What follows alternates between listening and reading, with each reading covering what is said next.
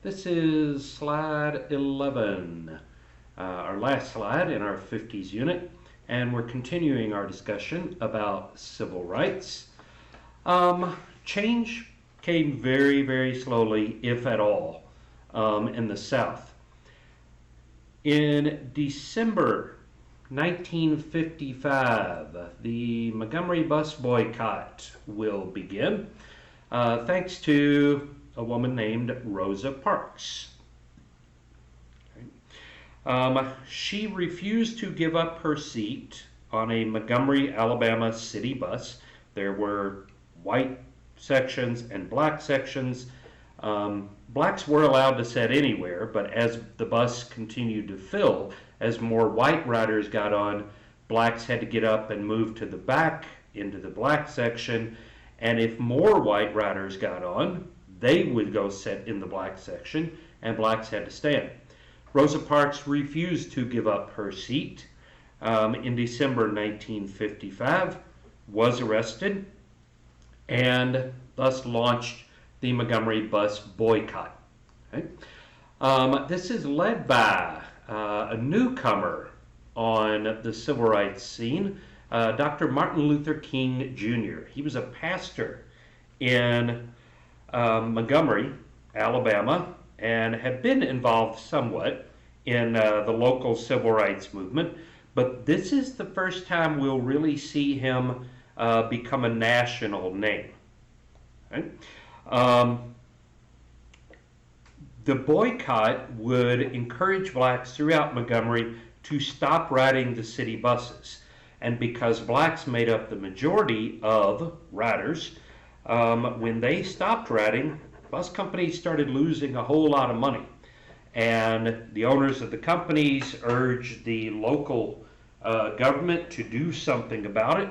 Eventually it makes its way to the state government and long term, the Supreme Court. Okay? The boycott began December 5th, 1955 and ended December 21st, 1956. That's 382 days. And Dr. King would lead this movement. And it would work. They would win. Supreme Court would rule that segregation on bus lines, and it would start with interstate buses, but eventually work its way down to local city buses, that segregation on bus lines was illegal.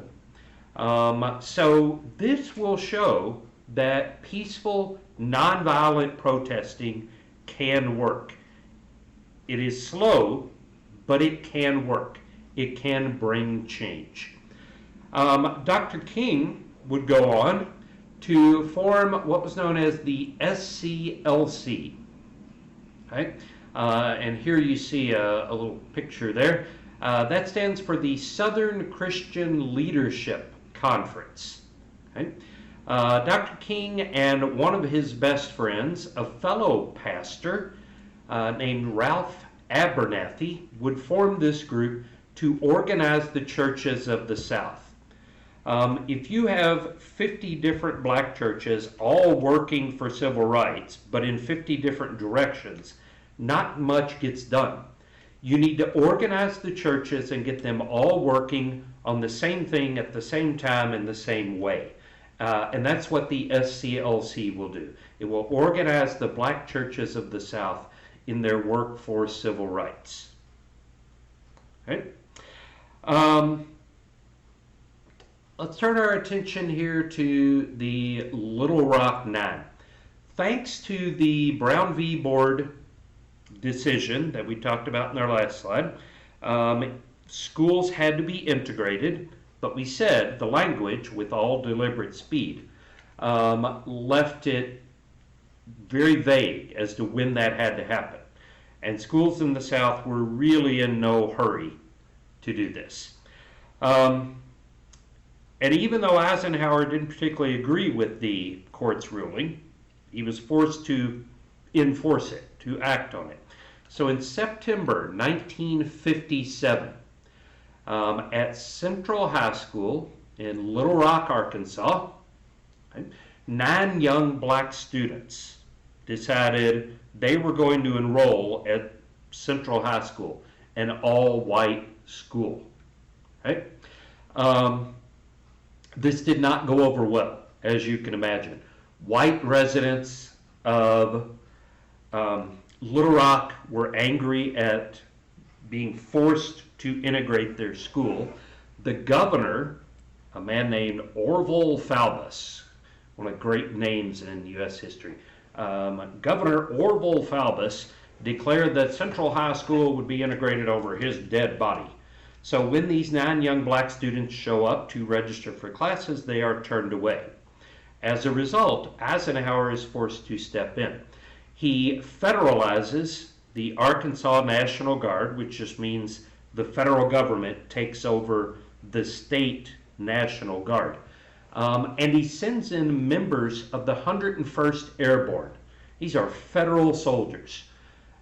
Soldiers in Little Rock, Arkansas, are sent to protect these 9 young black students. And there you see a very famous photo.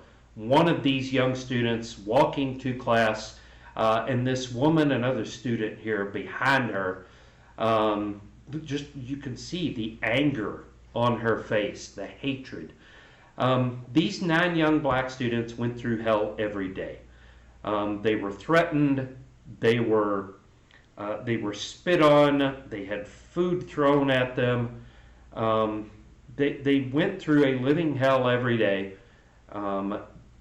because they believed they had a right to be at that school. And they did have a right. They went so that others after them could go too.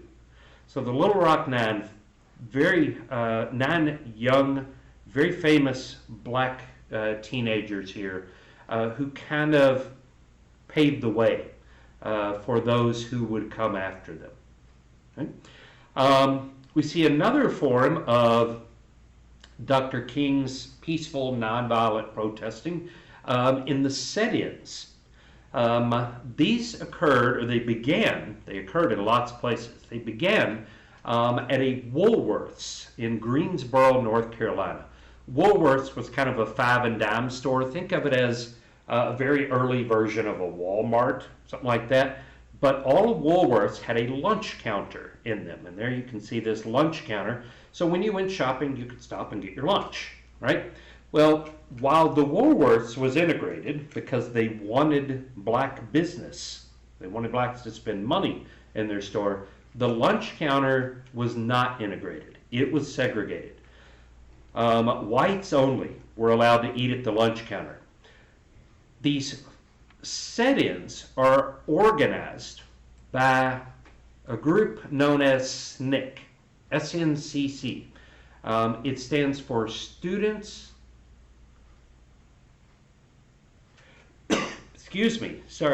Student Nonviolent Coordinating Committee. Student Nonviolent Coordinating Committee. These are college students who are pledged to nonviolent, peaceful protesting. So these 4 young black students at North Carolina A&T go into the Greensboro, North Carolina Woolworths and sit down at the lunch counter to order food. They are refused service. They sit there until local police are called and they escort them out of the Woolworths.